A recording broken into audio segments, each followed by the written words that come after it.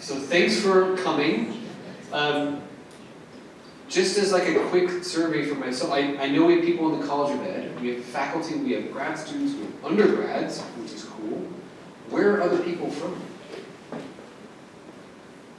I'm staff. I'm a program manager or a grant. Cool. I'm staff in the Department of Education. Nice. Engineering? Lovely. Neuroscience. Neuroscience, cool. All right. So we have, yeah. Social work. Social work, cool. Welcome to the College of Education. If you haven't been here before, we're pretty awesome. Thanks for showing up. I'm really excited to introduce Dr. Niral Shah to you.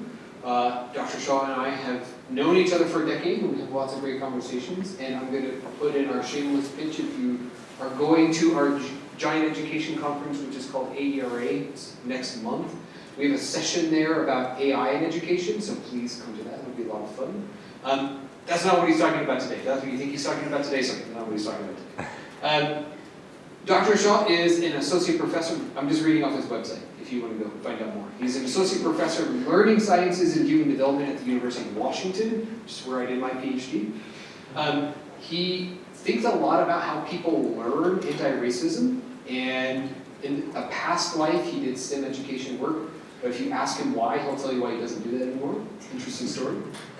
He's also one of the co-founders of a really fascinating classroom observation tool called Equip, which gives you data about who's participating and in what ways. Interesting.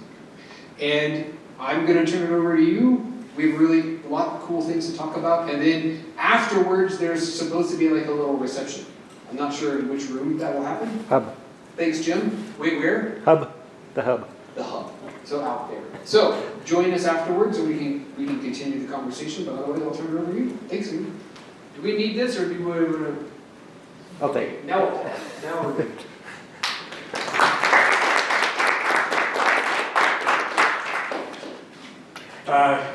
David, thank you. It was a terrible introduction.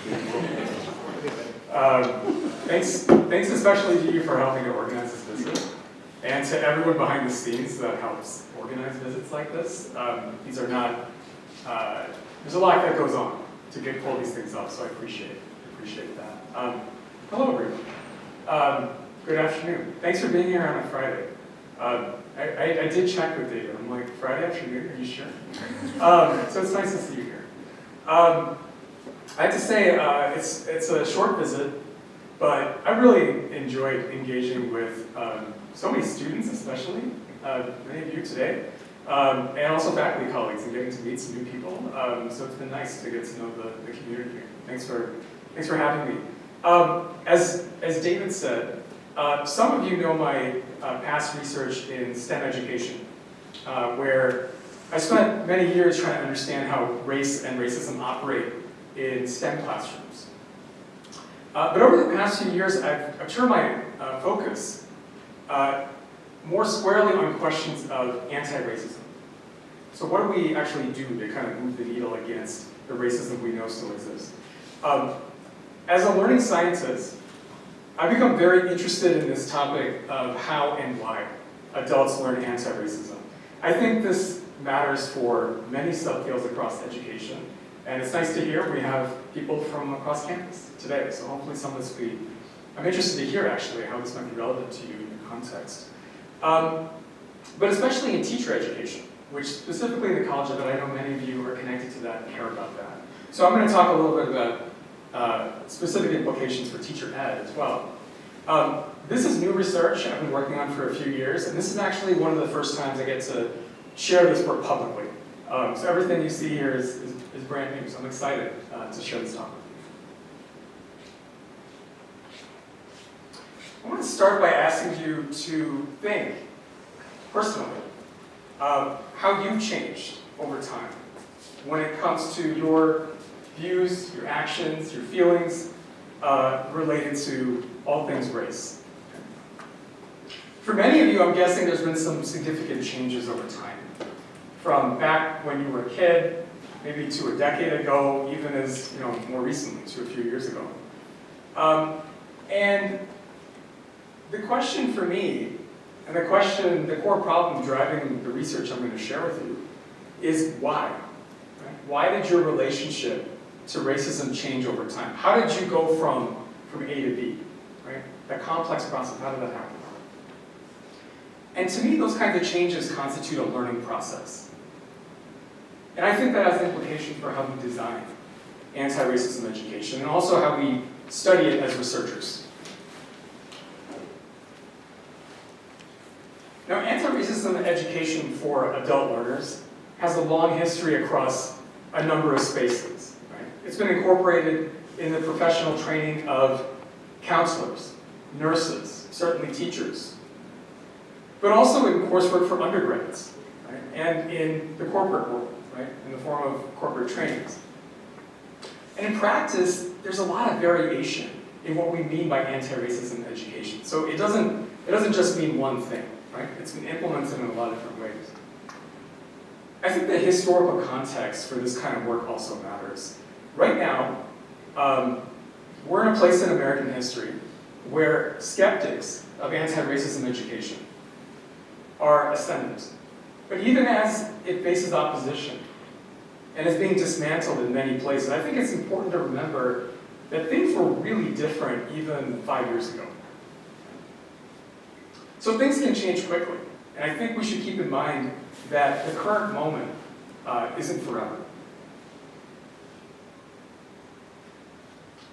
In my view, now's the time for people invested in racial equity and racial justice to regroup and sit with this question. How can we design effective anti-racism education? I think it's a good time to revisit our basic assumptions and also revisit our theories of change.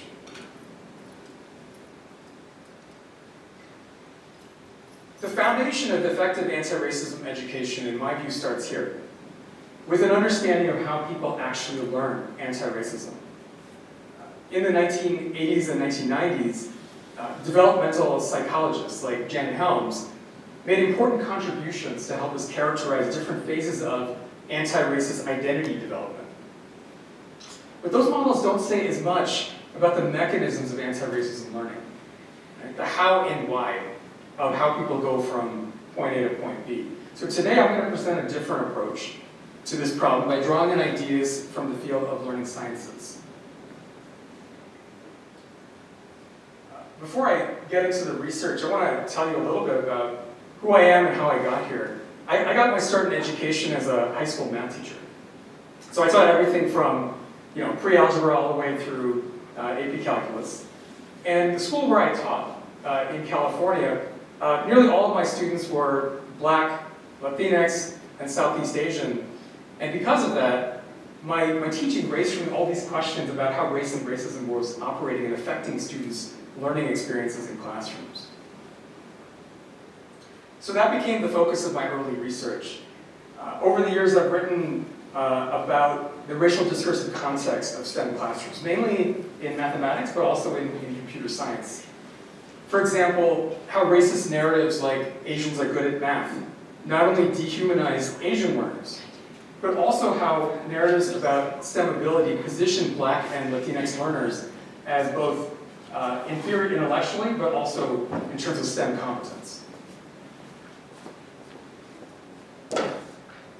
After spending a lot of time researching the student side of race in classrooms, I moved to the teacher side. So over the past 10 years, I've been studying how to support pre-service and in-service teachers to teach more equitably, with a focus on race and its intersection with other social markers like gender and disability. A big part of that work has been with Dan Weinholz at San Diego State University on the Equip classroom observation tool that David mentioned. And Equip is a free web app that helps teachers track inequities in student participation. So I know some of you are also familiar with that work. What I realized over time through the Equip research is that when teachers are working to build classrooms with racially equitable participation, for example, it's about more than just what's going on in front of them in the classroom. It's all part of a broader arc of anti-racism learning. And that's what brought me to the present work that I'm going to share with you today. Okay, so I'm going to start by providing some context for where the field is currently at, and also provide theoretical grounding for how I'm thinking about what I call anti-racism learning. The heart of the talk, though, are case studies of people who made dramatic shifts in their lives and became anti-racist activists, right, as their life's work. I'm going to use their stories to highlight a couple of key insights about what anti-racism learning is and how it happens. I'm going to close by reflecting on implications for teacher education. Now, just a couple notes. If you're interested, all the references that I have on the slides, you'll find them in a Google Doc, linked to that QR code. And then in the lower right-hand corner of the slide, you'll see a slide number. So during Q&A, if you want to talk about a certain slide, you can let me know and I can go into it. Okay. Anti-racism is, at this point, now, especially in the last 5 years, it's gone mainstream. It's one of those words that kind of, has come to mean a lot of different things.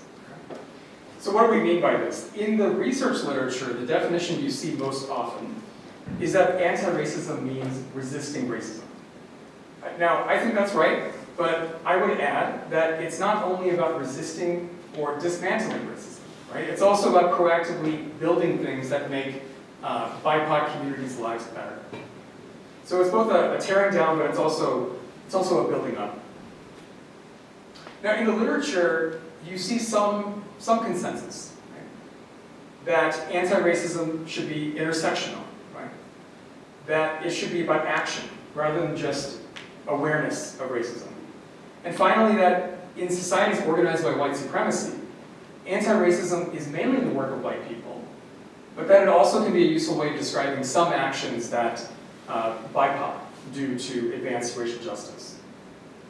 Now, as David Gilborn has pointed out, as a contested term with a long history, it's important we get as specific as possible about what we mean by this term.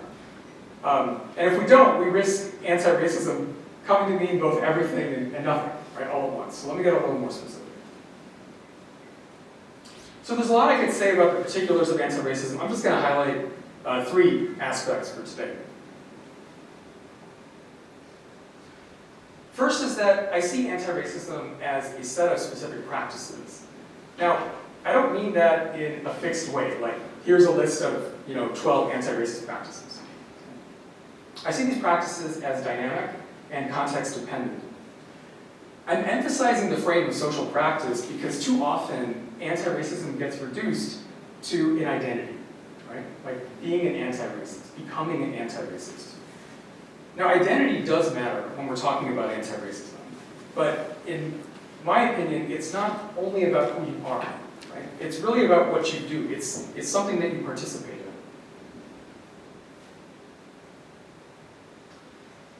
Second is that anti-racism can be thought of as a practice of loss. What I mean by that is that participating in anti-racism often involves giving things up that you previously held close. Of course, for people from dominant groups, there are huge benefits to practicing anti-racism, right? It's not all loss. Right? As James Baldwin and others have argued, for white people, it could be a way to recover their full humanity. But what I'm suggesting is that when we ignore the associated losses, we underestimate the risks that come with doing anti-racism. And I believe it's those risks that are a major impediment for most people. It partly explains the resistance that we see in spaces like teacher education. And I'm gonna return to that idea later. All right, so having established some key aspects of anti-racism, let me now turn to what I mean by learning anti-racism. Now, at the most basic level, learning is a process of change. But the big question for learning scientists always is, when people are learning, what is changing? Right? And there's a lot of different theoretical perspectives on learning that have different answers to that question. So for the phenomenon of anti-racism learning, I found it useful to draw from the sociocultural family of learning theories. In that sense, this project fits within a small but growing body of work within the field of learning sciences that investigates how people learn to advocate for social justice more broadly, right? Broader even than race. And I'm thinking here of the work of Susan Giroux, Indigo Esmond, Joe Curnow, and others. Now, through the frame of situated learning theory, Leib and Wenger define learning as shifts in how people participate in social practices, where social practices are more or less defined as the collective routines that humans have built over time while we live and work together. They also show how changes in how we participate in these social practices also entail changes in our identities, right? Because learning is also a process of becoming. Other sociocultural theorists have explained how learning is distributed across multiple settings and across multiple timescales as well. So overall, these ideas about learning are well aligned with how I have just conceptualized anti-racism. Now, bringing these perspectives together helps me to specify what might be changing when anti-racism learning is happening. Right? So, such as what one thinks about racism and anti-racism could be changing. What one does to advance anti-racism, one's feelings related to race-related phenomena, and one's relationships with BIPOC and also with white people. Now, a cognitive view of anti-racism education might focus mainly on the first of these dimensions, but a sociocultural view also spotlights the other three. And I'm going to circle back and say more about each of these 4 dimensions of change in a little bit. Okay, so I want to turn to the case studies, but before I get there, just a quick word about the current state of the field. So first of all, an incredible amount of people's time and energy over the decades in education have gone into efforts to teach people anti-racism. A couple of years ago, I had a chance to write a white paper for Spencer Foundation, reviewing the last 15 years or so published work on anti-racist teaching and anti-racist teacher education. And one of the things that struck me was just how many scholars and practitioners in our field have worked on this incredibly important and difficult problem. When I read that work, I see a moral force to all the work that people are doing that I believe is 100% directionally correct. Racism is real, it persists, and collectively as a society we have to do something about it. But my concern is this.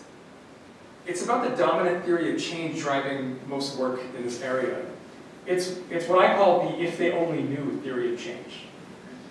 So at a high level, it's a model that has the following assumptions. If we expose people to facts about race and racism, if they only knew, right, then this will raise their awareness of how racism works, which will then shock people's moral conscience and then motivate them to participate in anti-racism. And I'm being reductive, right? But I think you can kind of think of it in those terms. But even those of us doing the work know it's not that simple, right? And yet it's still clear to me that this continues to be the dominant theory of change. Another concern has to do with impact. Does anti-racism education actually work? Now there's 2 answers to this question, neither of which is particularly uplifting. The first answer is that evidence of impact is quite limited. So reviews and meta-analyses either show no effects or at best show mixed results.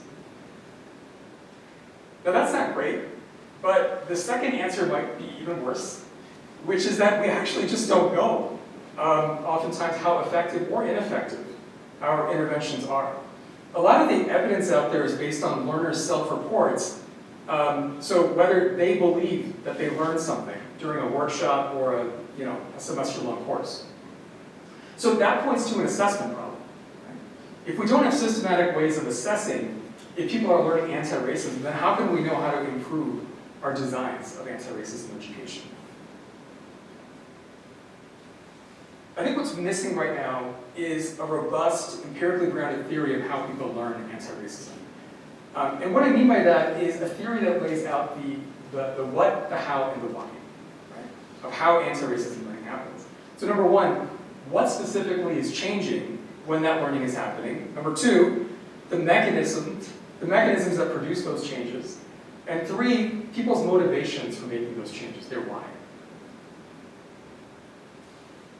But that opens all kinds of complex methodological questions. something that makes researching this phenomenon really hard is the timescale issue. This type of learning doesn't just start and end with a 2-day workshop. It's usually longitudinal, happening over years and even decades. It's also happening in different settings across a person's life.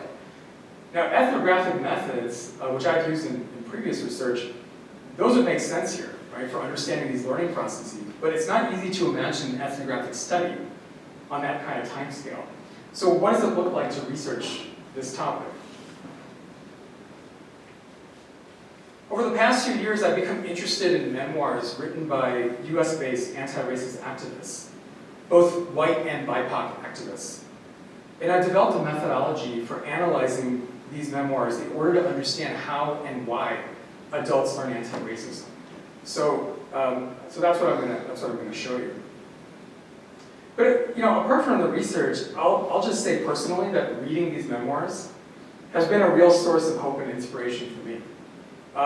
It's a bit obvious to say this, but people can and do make really big shifts in their life, right? This learning happens. It happens all the time. For people in this room, this could be part of your story.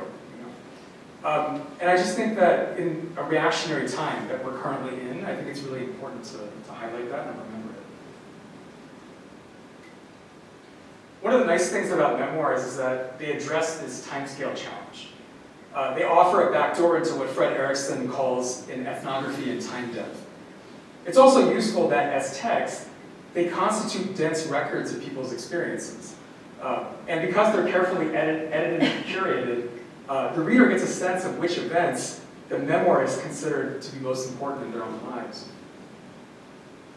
Now, of course, the flip side of that is that the memoirists, like all human beings, might want to portray themselves in a positive light, right, or have a particular kind of idea in mind, an image they want to convey to their audience. So the text might be written in ways that obscures what actually happened, right? And I'm saying actually in quotes. Another limitation is that because the text is static, there's no opportunity for follow-up, right? Like there would be in an interview setting. So there's not really a way to probe, to learn more about a particular experience, which means the researcher has to engage in a higher level of influence. So to date, my team and I have analyzed a number of memoirs. To date, thousands of pages of text have been analyzed. But today I'm just going to share with you and focus on 2 people's stories in the form of case studies of 2 women who made dramatic shifts in their lives where anti-racism became their life's work. One story is of a white, queer American woman who grew up in the 1960s in one of the most racist places in American history and went on to become an anti-Klan organizer in North Carolina.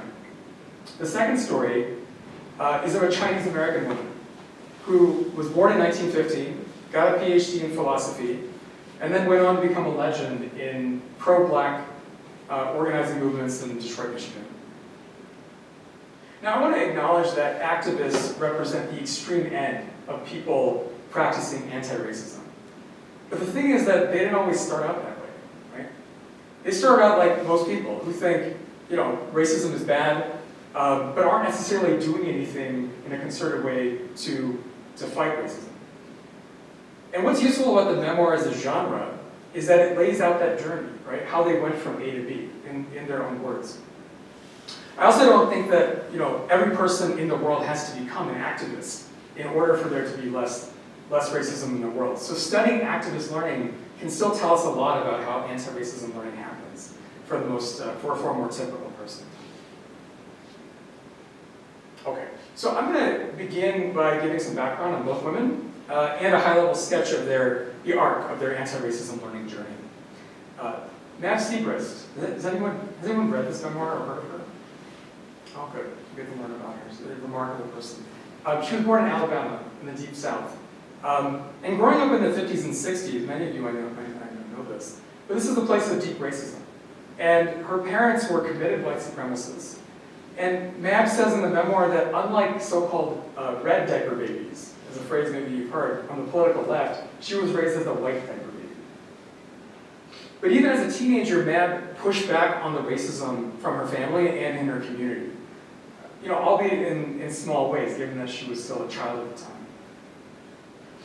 Eventually, Mab leaves Alabama to pursue a PhD in, of all things, modern British literature in North Carolina at Duke University. She finishes her doctorate, but along the way, she also becomes politically active for the first time. She joins a local queer feminist group called Feminary. This activism eventually leads to her to anti-racist activism as part of a Black-led organization called NCARV, North Carolinians Against Racist and Religious Violence. And this is a group that was fighting the Ku Klux Klan, which was very active in North Carolina in the 1980s. And just at the bottom of the slide, I've added a few words just to give you a sense of Mab's personality. And this is just based on my read of the memoir. Gracie Boggs. Maybe some more people might have heard of her. Anyone Gracie Boggs? Yeah. Okay. So Gracie Boggs was born in Rhode Island, so very different than Alabama, roughly 30 years before Mab. She grew up in New York City with a middle-class upbringing.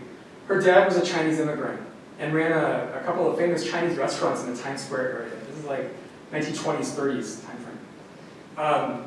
Grace recounts how she experienced anti-Asian racism as a child, but otherwise was not aware of other forms of racism.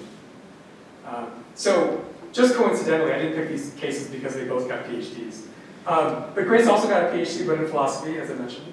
But it was only after her doctorate, when she moved from the East Coast to Chicago, that she became politically engaged. And later, she settles in Detroit, Michigan, where for the next 60 years, until she dies at the age of 100, and she spends her entire life basically advocating for poor and working class Black people. Okay. The historian Robin D.G. Kelly wrote the foreword to the 2016 edition of Grace Lee Boggs' memoir. And in that foreword, he asked this question. He says, so how did the daughter of Chinese immigrants with a PhD in philosophy end up in Detroit, married to a Black auto worker and organizer, and dedicated to a life of struggle? I think that perfectly sums up the big analytical question driving my research, and you can imagine a similarly framed question to ask of Mab's journey as well. So what I'm going to do is present these case analyses in two parts. First, I'm going to discuss what specifically they learned about anti-racism, and then I'm going to get into the mechanisms, the how and why. So in order to document what exactly was changing when the activists were learning, I developed what I call the IPER framework. It consists of the 4 dimensions of change that I showed earlier. I'm not going to go deep into this, but I want to give you a small peek into each dimension, just so you can understand how the cases were analyzed. Okay, so first is ideational change. And that refers to changes in a person's ideas about race, racism, and anti-racism. Examples of this are when someone comes to understand the concept of whiteness, or develops a deeper sense of the importance of their intersectional positionality. And just to note, the example codes I'm going to show you here, they emerge through an analysis of a larger set of memoirs, not just the 2 that I'm going to focus on today. And my team went through a whole standard kind of qualitative analytical process to identify specific codes, but for this talk I'm just going to, I'm going to spare you the details of all that. Okay, practical change. So this refers to changes in how people are participating in anti-racist practices. That could be building initiatives to support BIPOC students in a historically white university, or actively seeking out opportunities to learn about racism. Emotional change. This could be a person becoming more humble about the work of anti-racism. Or for BIPOC, it could mean feeling more affirmed in your own racial identity. And finally, relational change. This could be shifts towards more authenticity in your relationships with BIPOC, or recognizing the complexities of being an ally in anti-racist work. So just a couple caveats. I'm talking here about these dimensions as if they're they're discrete. Right? But in practice, we know that they're entangled. Right? It's much more complex than this change and that change and so on. And second, I don't see the IPER framework, I don't position it as an exhaustive list of all the possible indicators of anti-racism learning. So based on the research, I think roughly we identified about 15 to 17 codes across these 4 dimensions, but that's tethered to this particular data set. So certainly I see the framework as more of a living framework, so I'm sure there's other indicators out there as well. Well, the one thing I will say though, is as an overall way of characterizing anti-racism learning, I do feel fairly confident that the 4 dimensions of that level, those are robust ways of characterizing anti-racism learning. Okay, you don't need to be able to read all this. So to make claims about what people learn, we've used IPER to code key experiences where the memoirist reported one or more of the 4 dimensions of change. So for each memoir, we then use specialized software to build a detailed timeline. And I show this because this kind of timeline has been a useful way for us to map the trajectory over time as individuals engage in more fuller forms of anti-racist participation.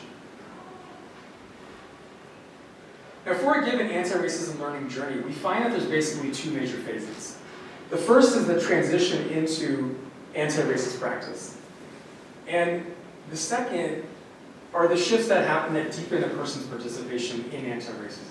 So for today, I'm going to focus on the left side, just that transition phase, how people actually enter into anti-racism.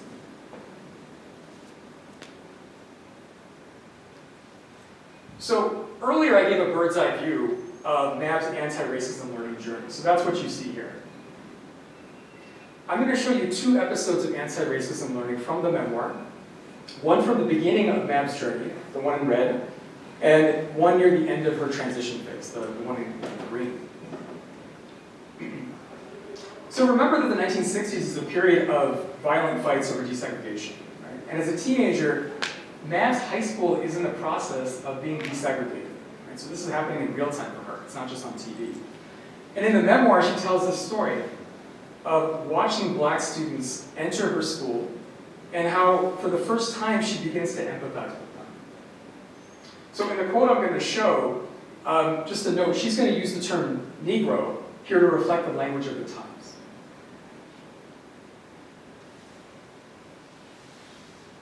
All right, so I know you can read this, but I'm going to read these out loud.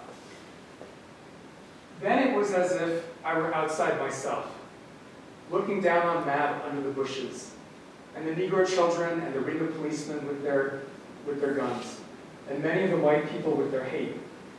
I knew how the Negro children felt then. They looked lonesome. They could be me. So here's evidence of some anti-racism learning happening for Mab in the form of an emotional change as she begins to identify with black children. The second episode I'm going to show occurs when she's already become a member of this activist group called Feminary. Partly because this group is located in the South, in North Carolina, Feminary begins to engage questions of race alongside their activism around gender and sexuality.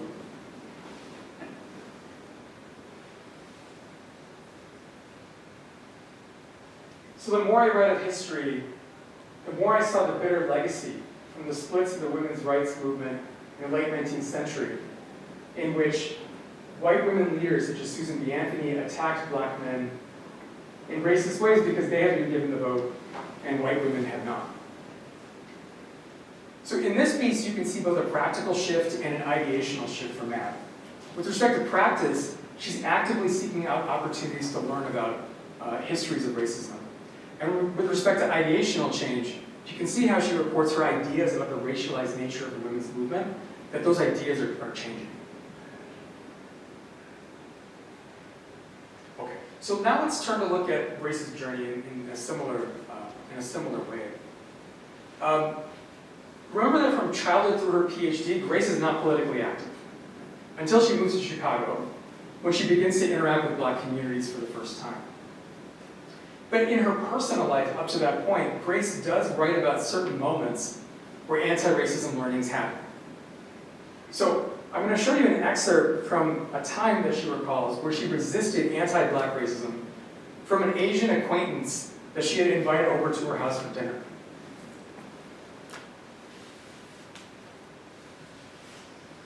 So she says, one Thanksgiving I invited a Korean doctor, whom I met at the International House in Philadelphia, to have dinner with my mother and me in my Bryn Mawr apartment. During dinner, he began making typically racist remarks about his Negro patients at the county hospital.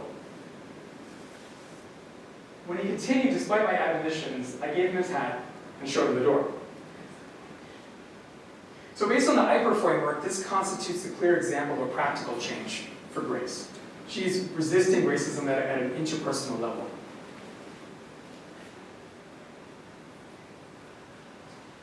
Okay, so the second episode I want to show happens after her PhD, when she moves to Chicago in 1940. When she moves to Chicago, Grace doesn't know anyone there. Okay? There's no network, low-paying job, and no one will rent to her because she's Asian. So when she moves there, she's suddenly living in poverty for the very first time in her life. And that leads her to join up with a local group called the Southside Tenants Organization, which is advocating for protections and rights for poor and working class renters. So her activism comes not through race, it begins through class.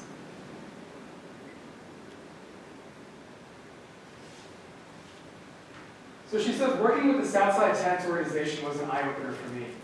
For the first time, I was talking with people in the Black community, getting a sense of what segregation and discrimination meant in people's lives, learning how to organize, protest demonstrations and meetings.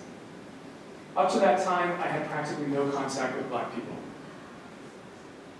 So what you see here is evidence of practical, ideational, and relational changes happening all at once. She's beginning to participate in anti-racist protests. Her understanding of racism is growing. And she's also expanding the racial diversity of her social network to include Black people. So overall, tracing the arc of these cases highlights two things about the shape of anti-racism learning. First, it underscores this point that anti-racism learning is happening over long time scales, right? Not days or months, but years and decades. And linking this to anti-racist teacher education efforts, it raises the question about the design of, for example, in-service teacher professional development, right? Where usually we only have a few days, right, to work with teachers.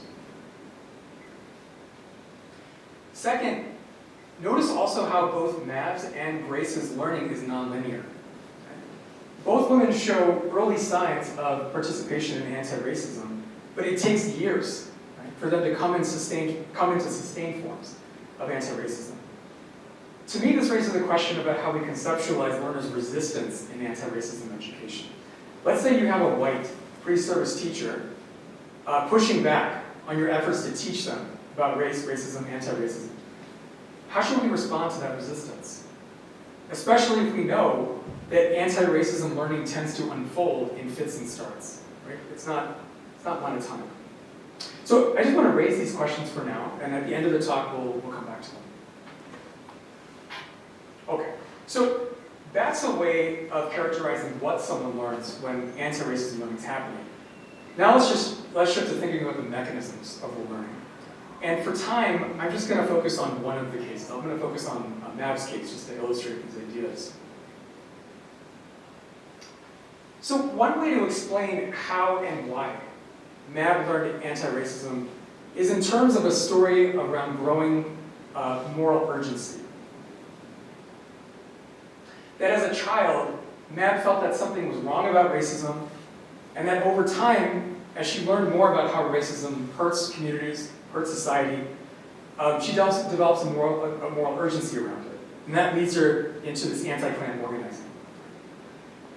A narrative of growing moral urgency is the core of this if they only knew theory of change that I mentioned earlier. I think that's plausible. Right? And I think that's part of what's going on here, but only a part. Right? I think there's a lot more going on here. I think it's only the top layer. So to get into this last piece, I want to introduce the following metaphor. Think of a person's anti-racism learning as a vast and diverse forest. So when you're walking through a forest, odds are you're looking at, eye level in front of you, around you, and what you see are like the massive trees, the tree trunks in front of you. And you also might kind of look up, right, and see this big canopy, a beautiful canopy above your head. But we rarely give much attention to all of the shrubs and the vines and the plant life at our feet. That's the stuff that covers the forest floor but doesn't get often a lot of light, but still is a key part of the lifeblood of the forest. In forestry, this is known as the understory. In Mab's case, a story of growing moral urgency is important, but only represents the trees and the forest canopy. What's missing is the understory of Mab's journey. What was going on for her at a deeper level, at a deeper psychological level. And that an analysis of anti-racism learning has to also account for that. Now, the understory of Mab's anti-racism learning is an amalgam of multiple threads. So here I'm just gonna tease out one of them, just to illustrate. Alongside a moral desire to address racial injustice, I argue that Mab was also propelled by a search for surrogate family. So when Mab left Alabama, right, for grad school, things with her family were super tense, right, because of her anti-racist views. Now, it's not clear from the memoir this was like a full estrangement, but it was very clear that there was a big distancing that happened. And what makes it harder is that Mab was very close to her parents and her siblings this whole time. So her move towards anti-racism constituted a painful loss for her. And later that tension gets amplified when Mab comes to accept her own sexuality and comes out as gay to her deeply Christian family. Her parents tolerate it, but her sister says that she can't let her kids around Mab anymore. So although the memoir is foremost about Mab's journey toward anti-racism, it's also about how she reckons with these losses. So her joining the lesbian feminist group Feminary wasn't only about fighting the wrongs of homophobia and patriarchy. It can also be read as Mab looking for people to call home. So about this part of her life, she writes, I discovered the lesbian community that had developed in Durham in the early 1970s. They were home to me. Their feminism was the language of my freedom, the necessary antidote to all my years of loneliness, self-hatred, and fear.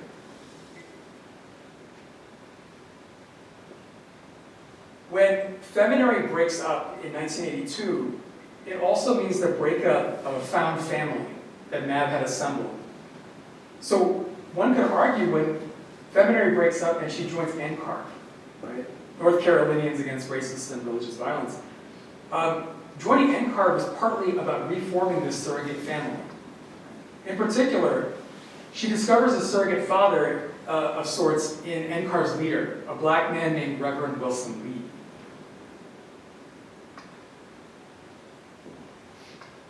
So about him, as she says, he became a mentor to me. One of my first and most important guides on the journey I had begun, my descent into the racism of my culture. A couple of times he called me his little sister. It was perhaps more as a father than as a brother that I needed Wilson Lee.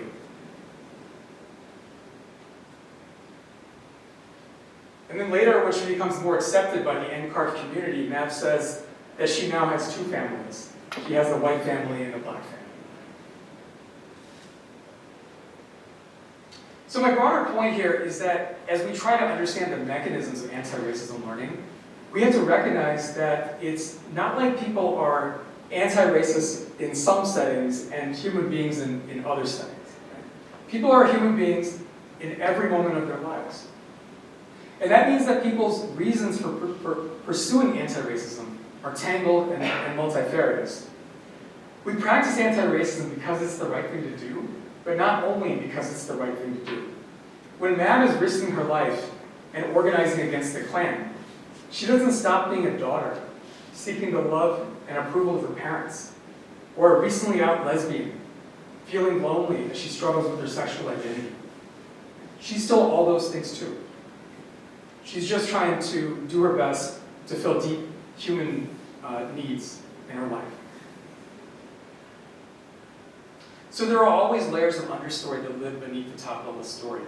And if anti-racism educators don't attend to these understories, sustained anti-racism learning is unlikely to happen. As I close, I'll just summarize the claims I've made in this talk. First and foremost, I propose that shifts away from racism and possibly towards anti-racism be conceptualized as a learning process. And in that vein, I've argued for the utility of sociocultural perspectives to theorize what I call anti-racism learning. This frame of learning troubles two things happening right now in the broad field of anti-racism education. Earlier, I noted that mostly we just don't know what impact anti-racism education is having for learners, which means we need to rethink how we assess anti-racism learning. Here I've demonstrated the IPER framework as a potential assessment tool. My sense is that it could be a useful tool in formal educational spaces, but that's an empirical question, right? As currently, the IPER framework is rooted in analysis of these memoirs, right? So I just don't know, but I think it could have value there. I've also offered a critique of the current theory of change driving most anti-racism ed.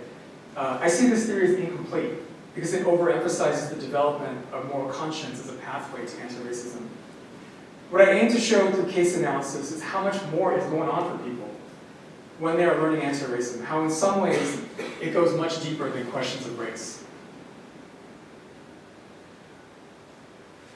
So as I said, teacher ed is something that I've been working on and thinking about for a very long time, but this new research on anti-racism learning has caused me to rethink how I even just do teacher ed in general. One piece I've been thinking a lot about is this question of timescale. Practically speaking, whether we're talking about the design of a pre-service teacher ed program or in-service work with teachers, these are usually short-term engagements in the grand scheme of things. So if that's the case, how does that sync with what we know about the long timescales over which something like anti-racism learning happens? Right? There's a disconnect there. Now, I don't have a great answer to this tension myself yet, but I'll say a couple things. First, I think we do need to be a little humble as teacher educators about what kind of learning we can expect in these short-term settings. So that's one thing. Second, I think we should seriously ask the question, is a short-term learning experience actually better than nothing? When we're talking about race, that's about as deep as you can get, right? That's deep stuff. If you don't have the time to really get into it with your students, right, or with adult professionals that you're supporting, have that time to have them, rethink their relationship to racism.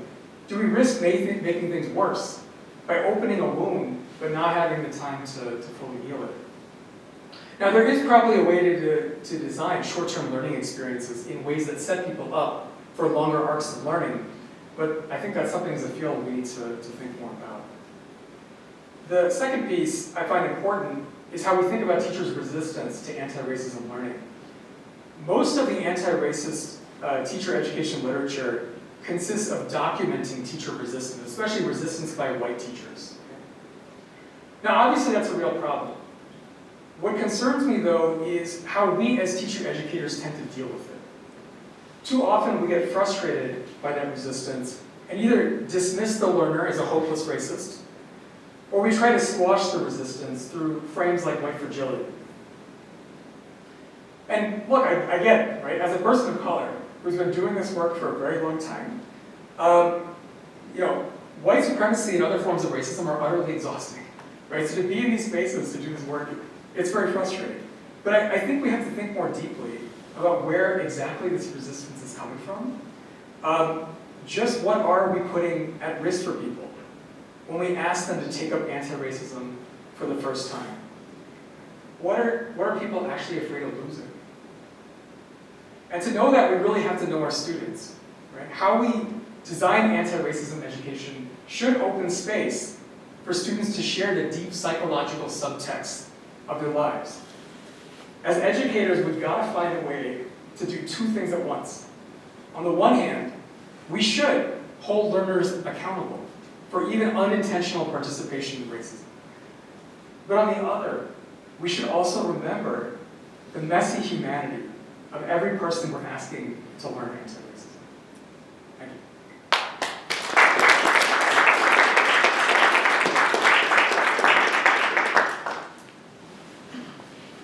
Oh, is it my turn? Yeah. Cool.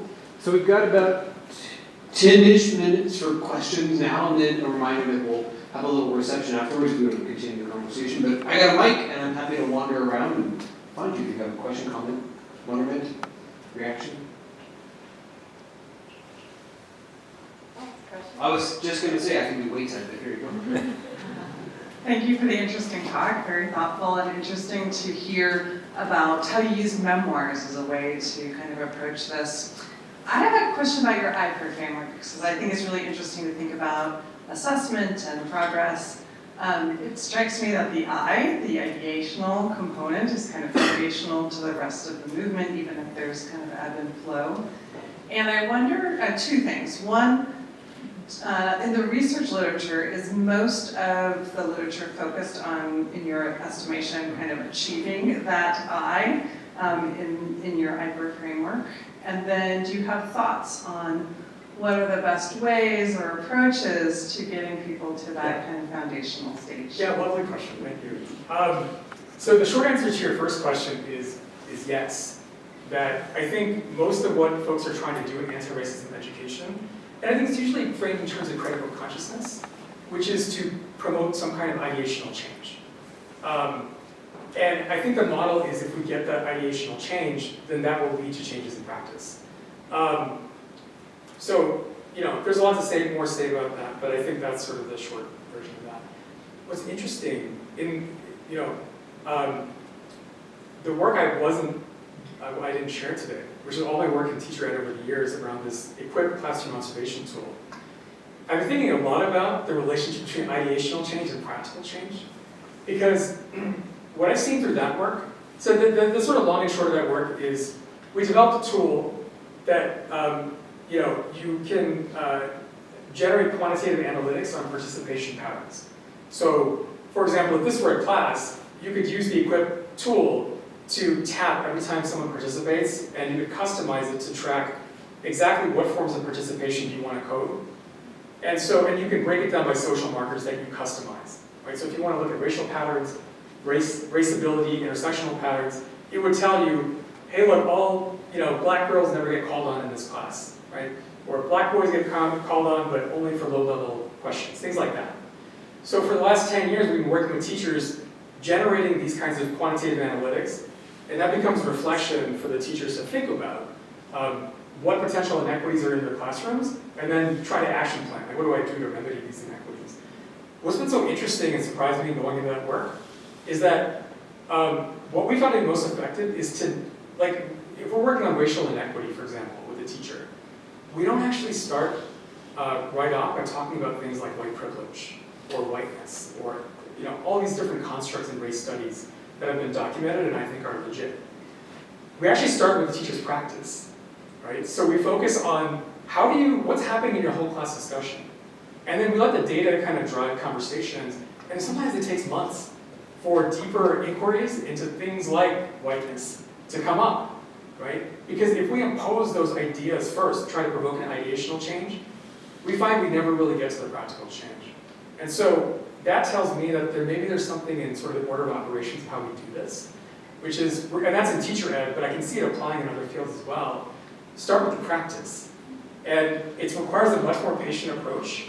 It takes longer, but I think my hunch is that leads to more sustained changes of the kinds we're hoping for. So does that? Yes, thank you. Hi, very interesting. I'm wondering, I have two questions. One is basically a rhetorical question, like why do you even want to assess it? So that's just, for me, it's, okay. The second one is, one of the books was Lakota Woman.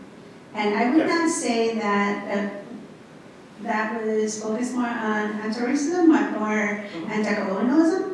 And I wonder how anti-colonialism fits into your study, and because I feel like anti-colonialism is the bigger thing that needs to be studied and figured out how to do it, because capitalism is basically a byproduct of capitalism. And right now, capitalism is why we are where we are. And I'm just wondering how anti-colonialism fits into it, and then how you equated the Lakota woman into your research. Yeah, thanks. Yeah, I can start with the memoir and then kind of broaden out.